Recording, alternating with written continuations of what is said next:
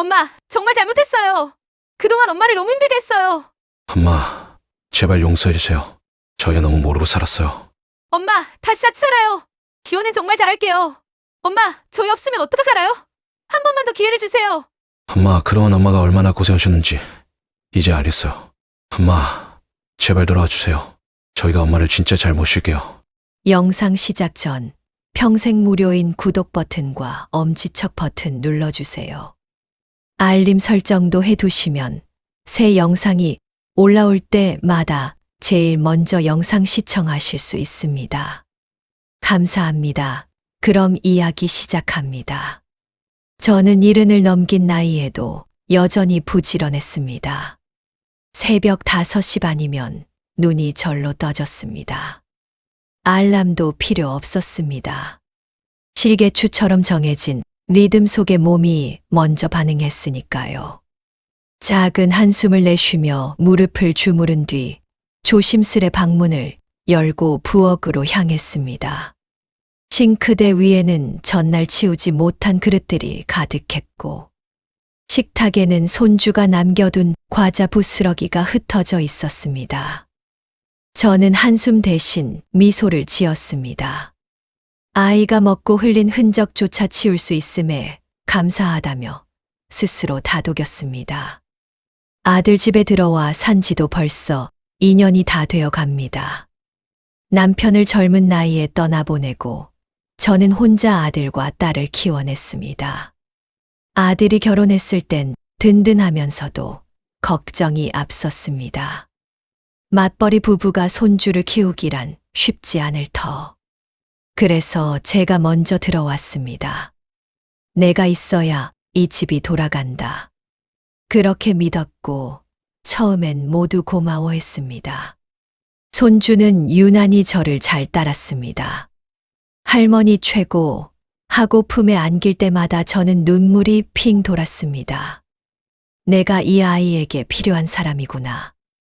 내 삶이 헛되지 않았구나. 그 확신이 저를 버티게 했습니다. 하지만 시간이 흐르자 공기가 달라졌습니다. 며느리의 표정에 불만이 묻어나기 시작했습니다. 어머니, 오늘 청소 늦으셨어요. 제가 친구들 초대했는데 아직 정리가 안 됐네요. 저는 잠시 손을 멈췄습니다. 금방 한다. 처음엔 무심코 넘겼지만 비슷한 말이 이어지자 마음이 무거워졌습니다. 며느리는 집안일마다 간섭을 늘렸습니다. 어머니 빨래는 저희 옷 따로 해주세요. 섞이면 곤란해요. 저녁은 6시 정각에 맞춰주세요. 애들 학원 시간 때문에요. 저는 입술을 깨물며 알았다 하고 짧게 대답했습니다. 하지만 속으로는 자꾸 서운함이 쌓였습니다. 같은 가족인데 왜 이렇게 선을 긋는 걸까? 하루는 손주가 열이 펄펄 끓어 제가 밤새 간호를 했습니다. 하지만 아침에 며느리가 한 말은 이랬습니다. 어머니, 애가 밤새 뒤척였는데 왜 약을 안 주셨어요? 저는 잠시 얼어붙었습니다. 고맙다는 말은 없었습니다. 최선을 다했는데도 돌아온 건 나무람뿐이었습니다. 아들은 늘 회사 일에 지쳐 늦게 들어왔습니다. 피곤하다며 곧장 방으로 들어가 버렸고 대화는 점점 줄어들었습니다. 저는 며느리의 차가운 시선을 혼자 받아내야 했습니다. 어느 날 저녁 TV 뉴스를 잠시 보고 있는데 며느리가 말했습니다. 어머니, 새벽부터 일하시느라 힘드실 텐데 TV 소리 좀 줄여주세요. 저희 방까지 다 들려요. 저는 황급히 리모컨을 눌렀습니다. 그래. 겉으론 짧게 대답했지만 속에서는 울분이 치밀었습니다. 새벽부터 밤까지 쉴 새 없이 움직이고 잠시 앉아 숨 고르는 것도 허락되지 않다니. 나는 이 집에서 뭘까? 그날 밤 천장 그림자가 며느리의 눈빛처럼 어른거렸습니다. 수십 년간 남의 집 가사도우미로 일하며 자식들을 키웠고 그 돈으로 이 집을 사 아들에게 안겨줬습니다.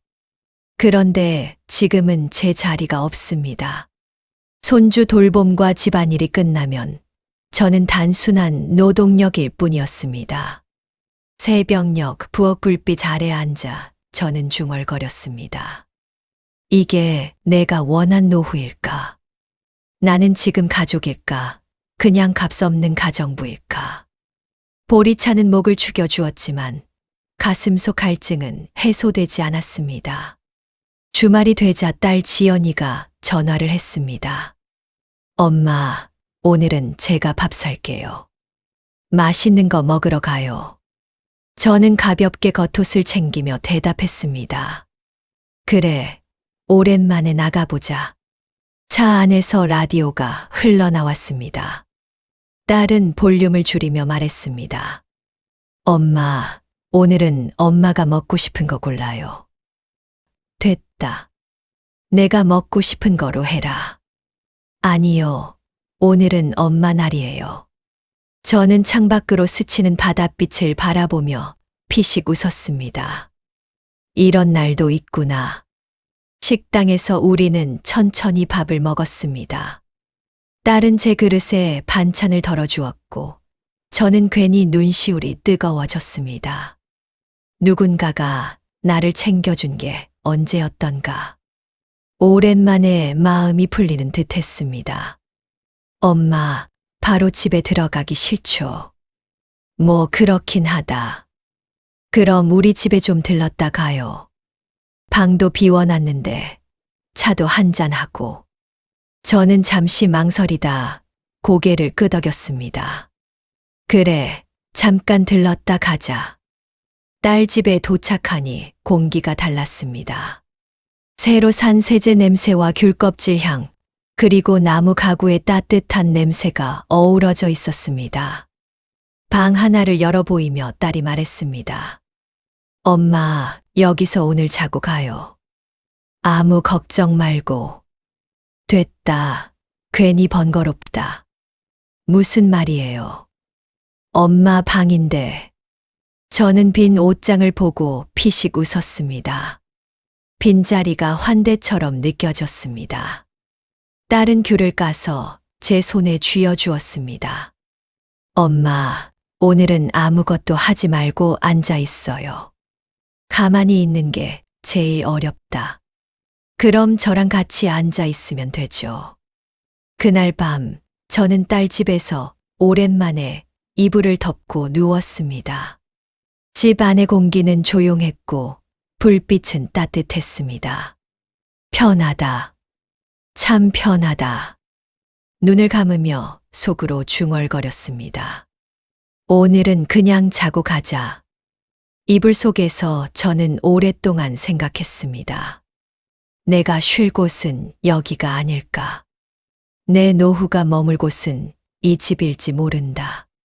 심장이 천천히 고요해졌습니다. 오랜만에 깊은 잠이 찾아왔습니다.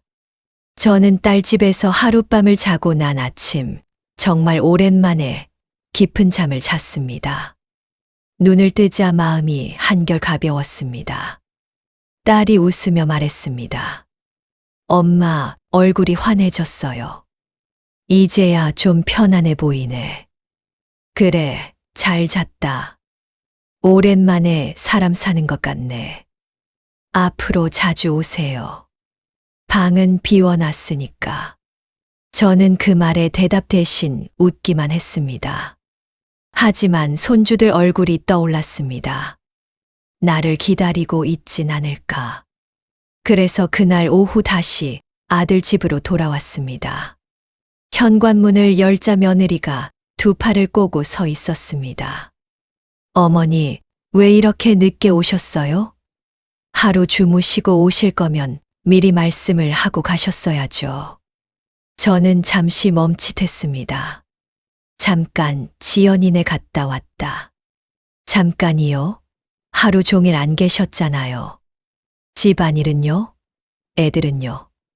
제가 다 하느라 얼마나 힘든 줄 아세요? 그 말에 가슴이 철렁했습니다. 이제는 내가 하루 비운 것도 문제구나. 식탁에 앉아도 공기는 싸늘했습니다. 국을 덜어주며 며느리가 또 말했습니다. 어머니, 오늘 국하니 왜 이렇게 짜요? 애들이 못 먹잖아요. 저는 숟가락을 내려놓으며 짧게 대답했습니다. 다음엔 싱겁게 하지. 맨날 말씀드려도 그대로세요. 제발 좀 신경 좀 써주세요. 저는 눈을 감았습니다. 내가 여기서 뭘 해도 결국 부족한 사람일 뿐이구나. 그때 손주가 제 옆에 와 속삭였습니다. 할머니, 어디 갔었어? 나 기다렸단 말이야. 그 한마디에 가슴이 울컥했습니다. 그래도 아이의 눈빛은 여전히 따뜻했습니다. 하지만 며느리가 곧장 말을 덧붙였습니다. 어머니, 애들한테 괜히 헷갈리게 하지 마세요. 어디 가시면 그냥 정확히 말씀을 하시라고요. 저는 짧게 대답했습니다. 알았다. 밤이 되어 방에 혼자 앉았습니다. 낮의 일들이 가슴을 짓눌렀습니다. 딸 집에서는 그냥 앉아 있어도 괜찮았는데 이 집에서는 앉아 있는 것조차 허락되지 않았습니다. 복도 끝에서 며느리와 아들의 대화가 들렸습니다.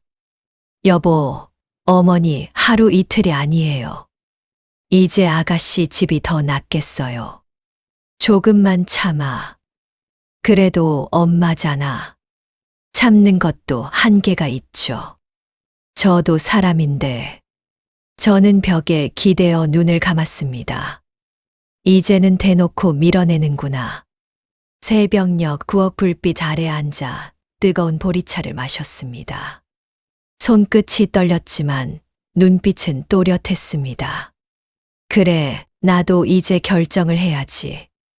김이 피어오르는 잔을 두 손으로 감싸주며 속으로 다짐했습니다. 내가 갈 길을 정할 때가 됐다. 저는 며느리의 차가운 말들을 며칠째 속으로 사귀고 있었습니다.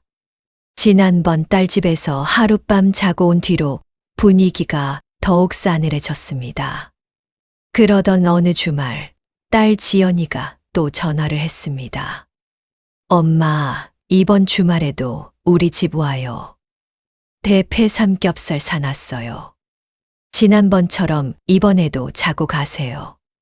그 말에 마음이 확 풀렸습니다.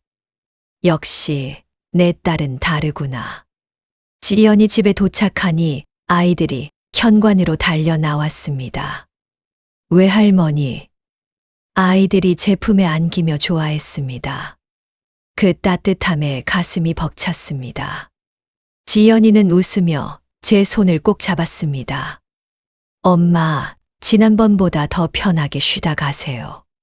제가 다 할 테니까 아무것도 하지 마세요. 저는 고개를 끄덕였습니다. 이런 말을 또 들을 수 있다니. 거실 테이블 위에 대패 삼겹살이 지글지글 익어갔습니다. 얇게 썬 고기가 금세 익어서 씹기도 편했습니다. 지연이가 젓가락으로 가장 맛있게 익은 부분을 집어 제 접시에 올려주며 말했습니다. 엄마, 많이 드세요. 요즘 너무 마르셨어요. 그래, 내 덕에 오랜만에 제대로 된 밥 먹는다. 저는 울컥하는 마음을 애써 감추었습니다. 누군가 나를 챙겨주는 게 이렇게 고마울 줄이야. 상추에 고기를 올리고 된장을 발라 입에 넣으니 눈물이 핑 돌았습니다. 맛있어서가 아니라 이렇게 편안한 마음으로 밥을 먹는 게 언제였나 싶어서였습니다. 엄마, 물 드릴까요? 지연이가 먼저 물잔을 채워주었습니다. 엄마가 좋아하시는 김치도 더 가져올게요. 제가 뭘 좋아하는지 기억하고 있다니. 아들 집에서는 제 취향을 묻는 사람이 없었는데 식사를 마치고 나니 지연이가 말했습니다. 엄마, 지난번에 주무셨던 그 방 그대로 두었어요. 오늘도 거기서 편히 쉬세요. 저는 잠시 망설였습니다. 또 하루 비우면 며느리가 뭐라 할까. 하지만 딸의 따뜻한 눈빛을 보니 마음이 기울었습니다. 그래, 오늘도 자고 가마. 방에 들어서니 정말로 제가 좋아하는 연한 꽃무늬 이불이 그대로 깔려 있었습니다.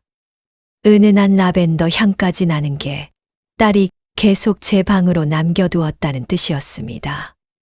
엄마, 이 방은 계속 엄마 방이에요. 언제든 오고 싶으시면 오세요. 지연이가 방문 앞에서 웃으며 말했습니다.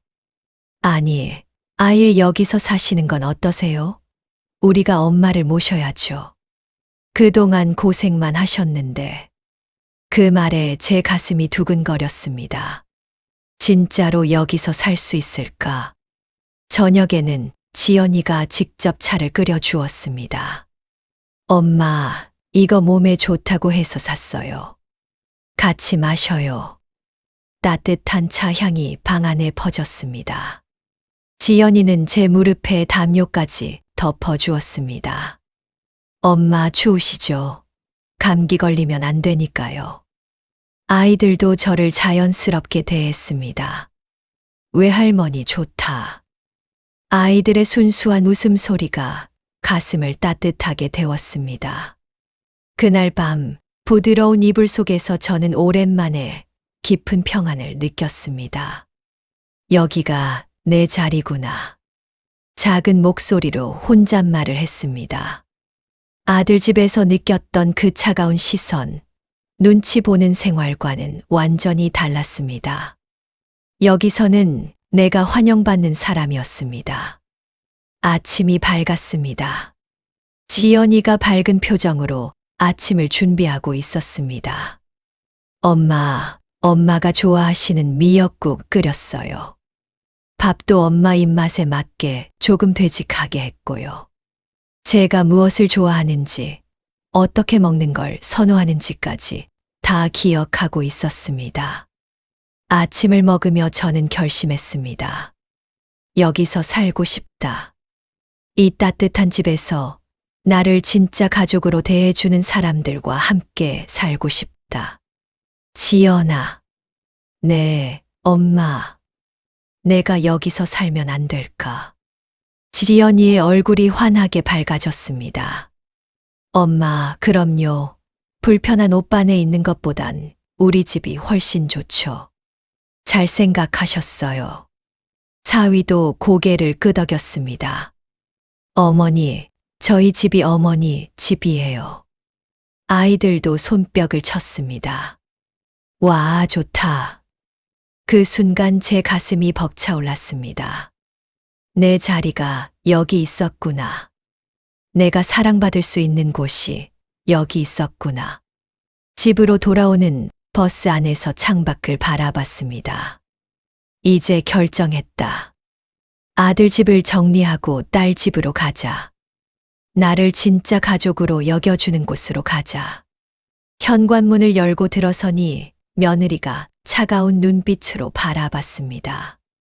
어머니, 또 아가씨 집에서 주무시고 오셨네요.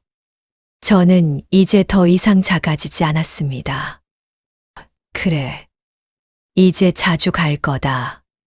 제 목소리에는 새로운 확신이 담겨 있었습니다. 는 딸 집에서 돌아온 뒤 며칠 동안 마음속으로 계획을 세웠습니다. 이제 정말 결심했다.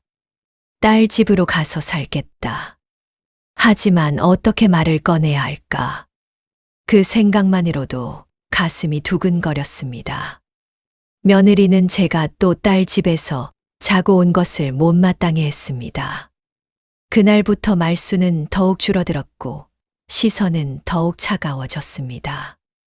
어머니, 오늘 설거지 아직 안 끝나셨네요. 저는 손을 멈추고 돌아봤습니다. 지금 하고 있다. 빨리 좀 해주세요. 제가 친구 만나러 나가야 하거든요. 그 말투에 가슴이 답답해졌습니다. 이제는 아예 제초까지 하는구나. 며칠 뒤 저는 용기를 내어 아들에게 말했습니다. 준서야, 엄마가 할 얘기가 있다. 네, 뭔데요? 지연이네로 가서 살려고 한다. 아들의 얼굴이 굳어졌습니다. 갑자기 왜요? 여기서 불편하신가요? 불편하다기보다는 지연이가 모시겠다고 해서 그 순간 며느리가 부엌에서 나와 끼어들었습니다. 어머니, 그게 좋겠네요. 아가씨 집이 더 넓기도 하고. 저는 며느리의 표정을 봤습니다.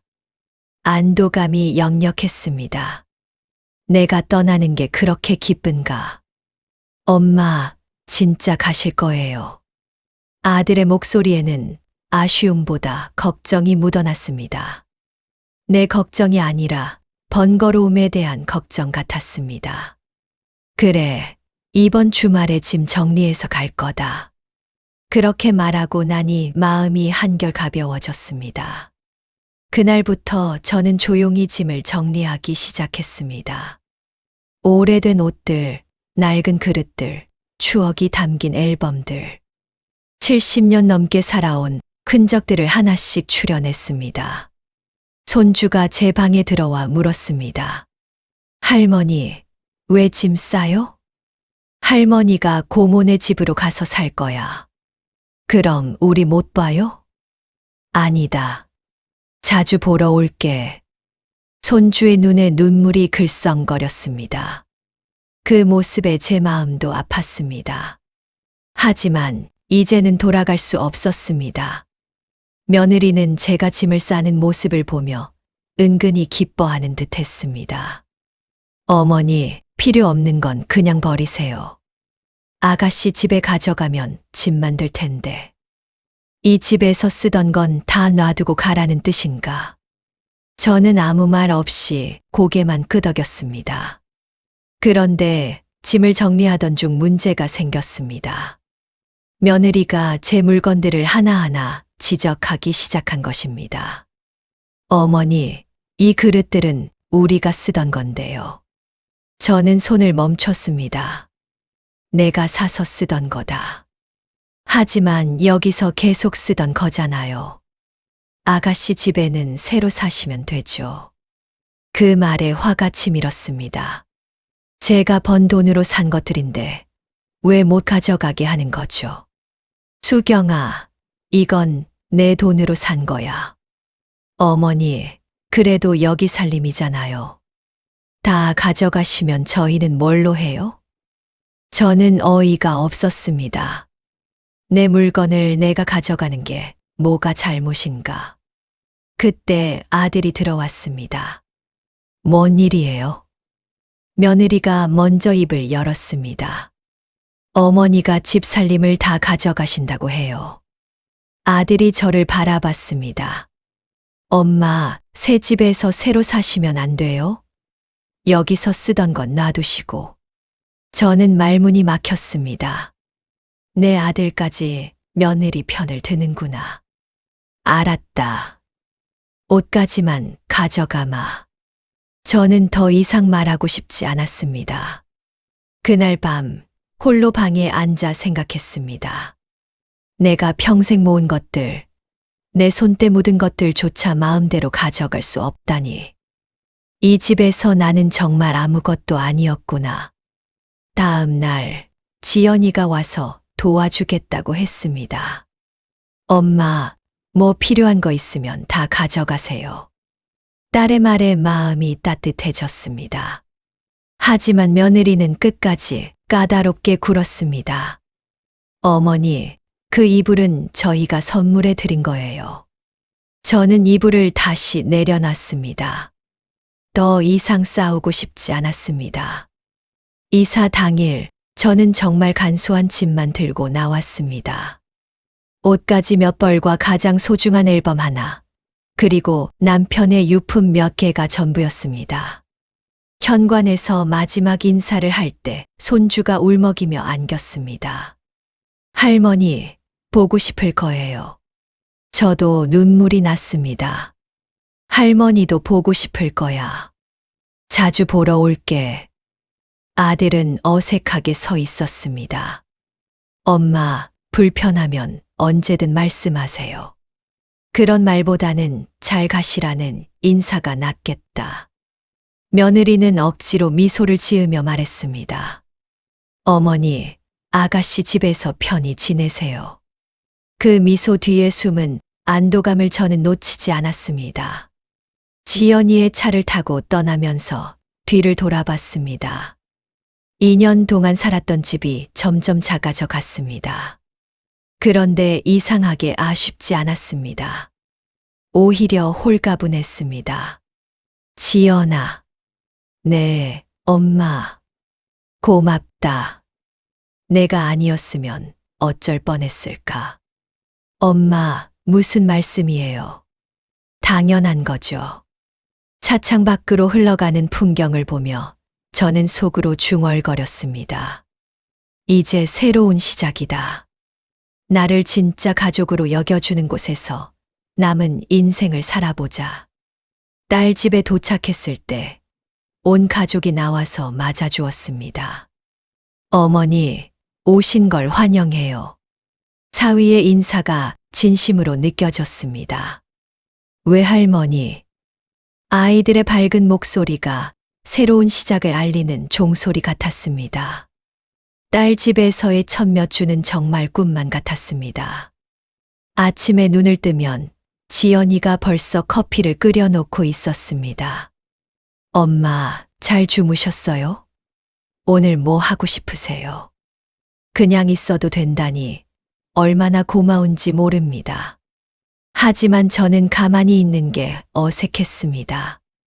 평생 일하며 살아온 몸이라 그런지 뭔가 해야 할 것 같았거든요. 지연아, 내가 설거지라도 할까? 엄마, 진짜 안 하셔도 돼요. 그래도 손이 근질근질하네. 그러던 어느 날, 지연이가 조심스럽게 말했습니다. 엄마, 그럼 정말 죄송한데. 애들 운동화 좀 빨아주실 수 있어요? 세탁기에 넣으면 모양이 이상해져서요. 그럼 당연하지. 그런 건 내가 해야지. 고무장갑을 끼고 운동화를 문지르는데 기분이 나쁘지 않았습니다. 손주들이 깨끗한 신발 신고 뛰어다니는 모습을 생각하니 절로 웃음이 났어요. 지연이가 고마워하는 모습을 보니 더욱 뿌듯했습니다. 엄마, 정말 고마워요. 이런 거 부탁드리기가 미안해서요. 뭔 소리야. 이런 것도 못 해주면 엄마가 뭐 하러 있니?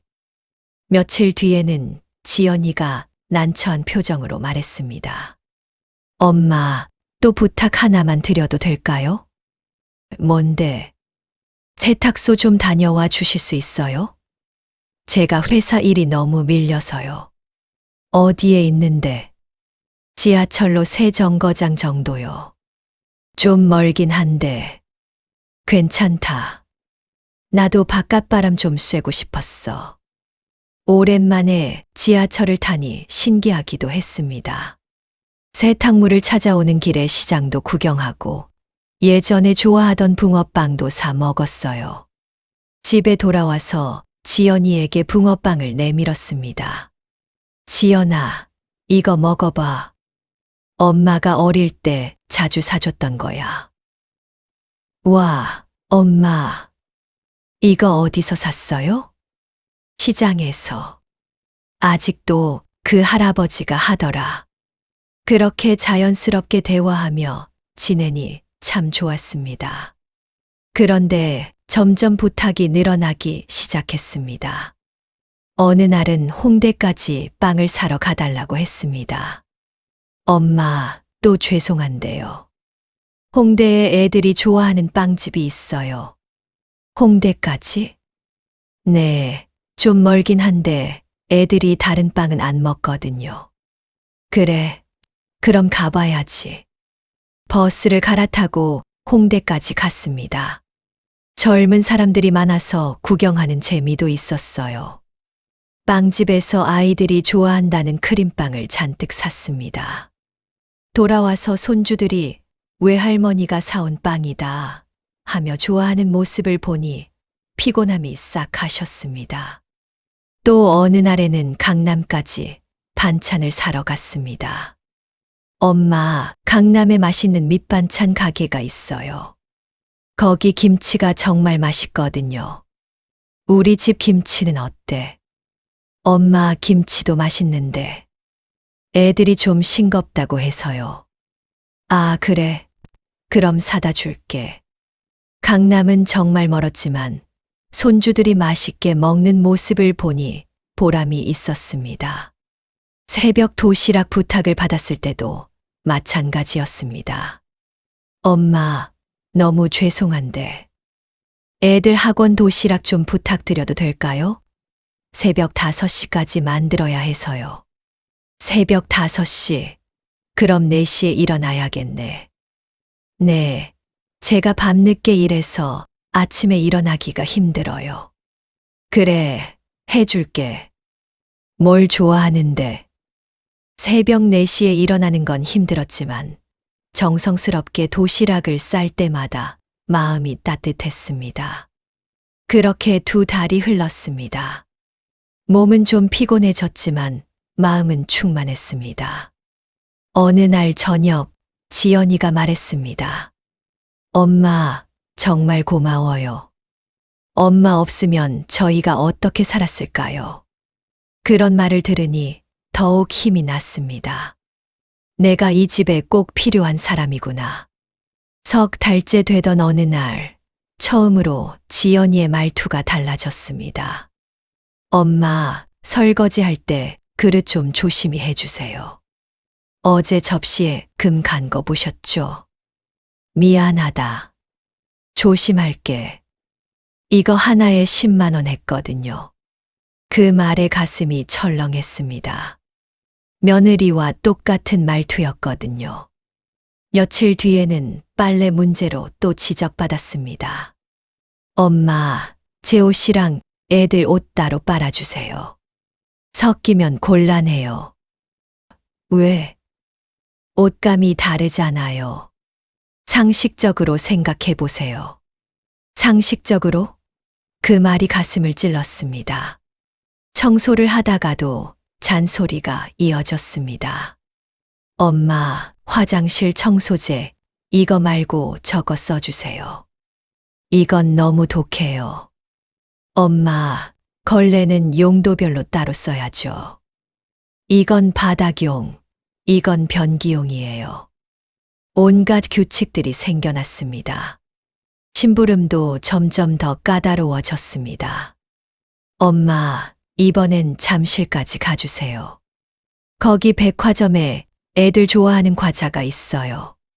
잠실까지. 네, 거기서만 파는 거거든요. 잠실까지 가서 한참을 헤맸습니다.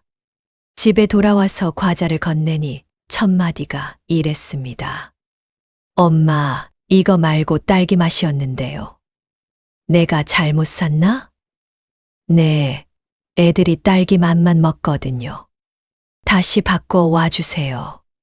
다시 잠실까지 가서 바꿔왔습니다. 한 달 뒤쯤에는 돈 얘기까지 나왔습니다. 엄마, 생활비 좀 보태주시면 안 될까요? 한 달에 70만 원 정도요. 70만 원. 아들 집에서는 이런 얘기도 안 했는데.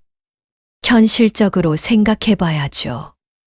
어른 한 명이 더 늘었는데. 그날부터 매달 70만 원을 냈습니다. 가장 화가 났던 건 손주들과의 시간까지 제한받기 시작한 것이었습니다. 엄마, 애들이랑 너무 오래 놀지 마세요. 숙제할 시간이거든요. 엄마, 애들한테 과자 주지 마세요. 다이어트 중이에요.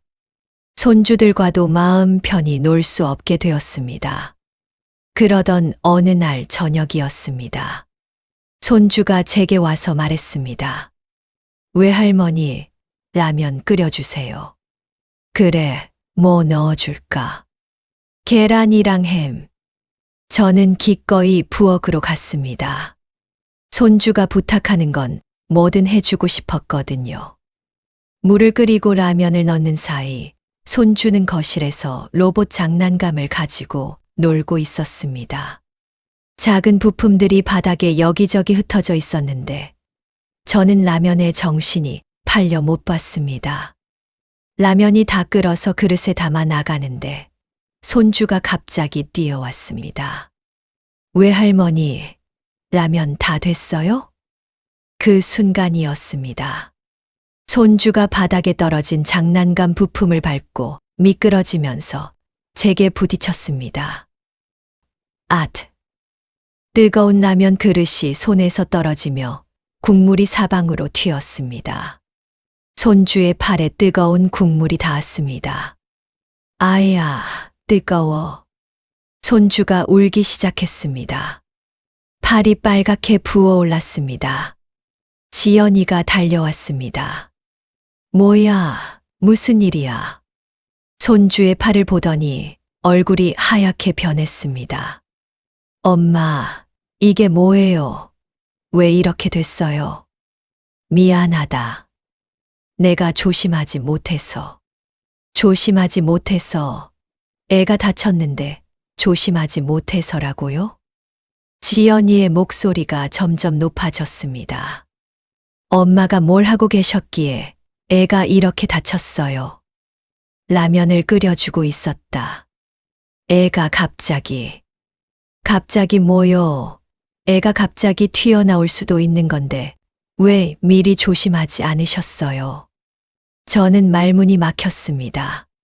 지연이는 계속 소리쳤습니다. 엄마, 정말 실망이에요. 애 하나 제대로 못 봐주시면서. 나는 애를 못 본 게 아니라 못 봤으니까 이렇게 된 거 아니에요. 장난감도 왜 안 치우셨어요? 저는 그제야 바닥에 흩어진 장난감들을 봤습니다. 제가 미처 보지 못한 것들이었습니다. 미안하다. 정말 미안하다. 미안하다고 되는 게 아니에요. 애가 다쳤는데. 지연이는 손주를 안고 화장실로 가서 찬물에 팔을 담갔습니다. 저는 그 뒤를 따라가며 계속 사과했습니다. 정말 미안하다. 내가 조심했어야 했는데. 엄마, 지금 그만하세요. 더 화나게 하지 마시고. 그 말에 가슴이 무너져 내렸습니다. 내가 사과하는 것조차 화나게 한다는 거였습니다.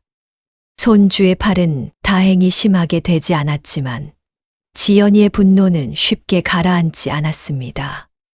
엄마, 진짜 어떻게 이런 일이 생겨요? 애 하나 제대로 못 봐주시면서 여기 계신 이유가 뭐예요? 그 말이 마지막 일격이었습니다. 존재 이유까지 묻는구나. 하지만 무엇보다 서러운 건 지연이의 태도였습니다. 마치 제가 일부러 손주를 다치게 한 것처럼 몰아세우더군요. 그날 밤 저는 방에 혼자 앉아 하염없이 눈물을 흘렸습니다. 다음 날 아침 지연이가 차갑게 말했습니다. 엄마, 우리도 이제 현실을 생각해봐야 할 것 같아요. 무슨 소리니? 엄마가 계시는 게 저희한테도 부담이고 애들한테도 위험할 수 있어요. 그 말에 온몸에 힘이 빠졌습니다. 결국 나를 내보내려는 거구나. 저는 고개를 끄덕였습니다. 알았다. 내가 나갈 곳을 알아보마. 그날 밤부터 저는 잠을 제대로 이루지 못했습니다. 손주가 다친 모습, 지연이의 차가운 말들이 머릿속을 떠나지 않았습니다.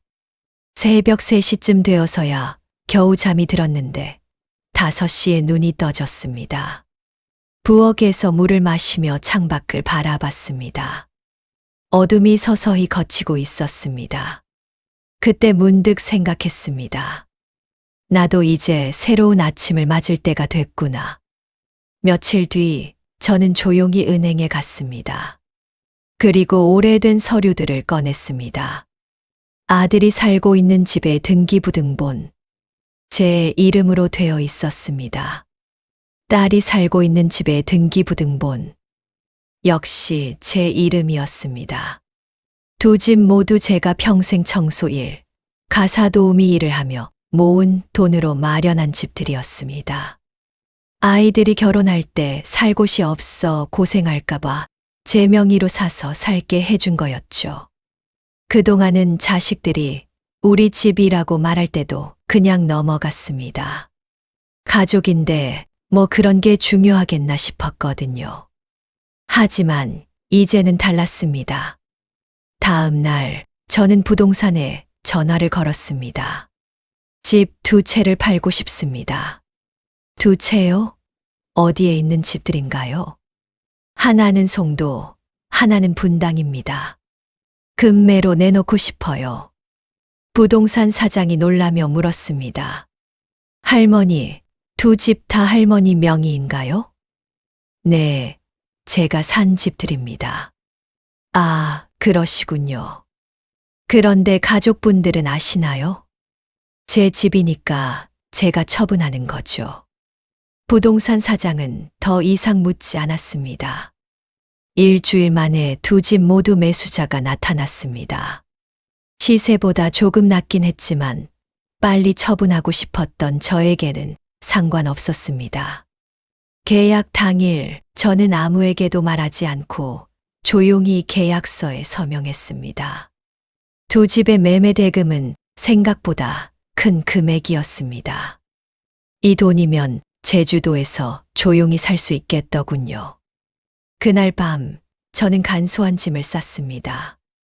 옷가지 몇 벌과 소중한 사진들, 그리고 남편의 유품 몇 개가 전부였습니다. 다음 날 새벽 저는 택시를 불러 김포공항으로 향했습니다. 제주행 비행기표는 이미 예약해 두었습니다.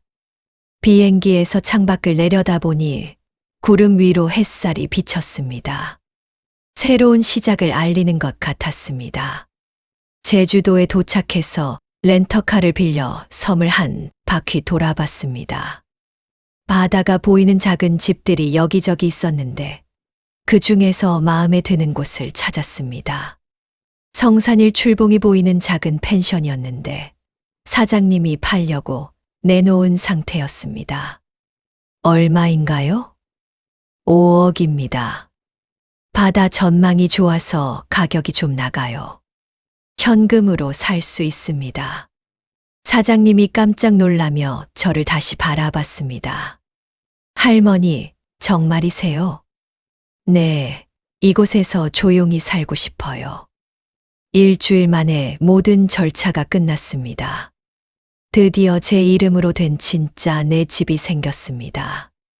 그런데 이사한 지 사흘째 되는 날, 제 휴대폰이 울렸습니다. 엄마, 어디 계세요? 집에 안 계시던데요. 준서였습니다. 나는 제주도에 있다. 제주도요? 왜 갑자기요? 이사 왔다. 이사요? 무슨 말씀이세요? 말 그대로야. 이제 여기서 살 거다. 엄마, 농담 그만하시고 어디 계신지 정확히 말씀해 주세요. 농담 아니다. 성산일 출봉 근처에 집 사서 살고 있어. 준서는 한동안 말을 못하더니 다급하게 물었습니다. 엄마, 그럼 저희 집은 어떻게 되는 거예요?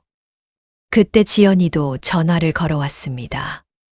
엄마, 우리 집 앞에 매매 완료 딱지가 붙어 있어요. 이게 뭐예요? 팔았다. 뭐라고요? 누가요? 내가.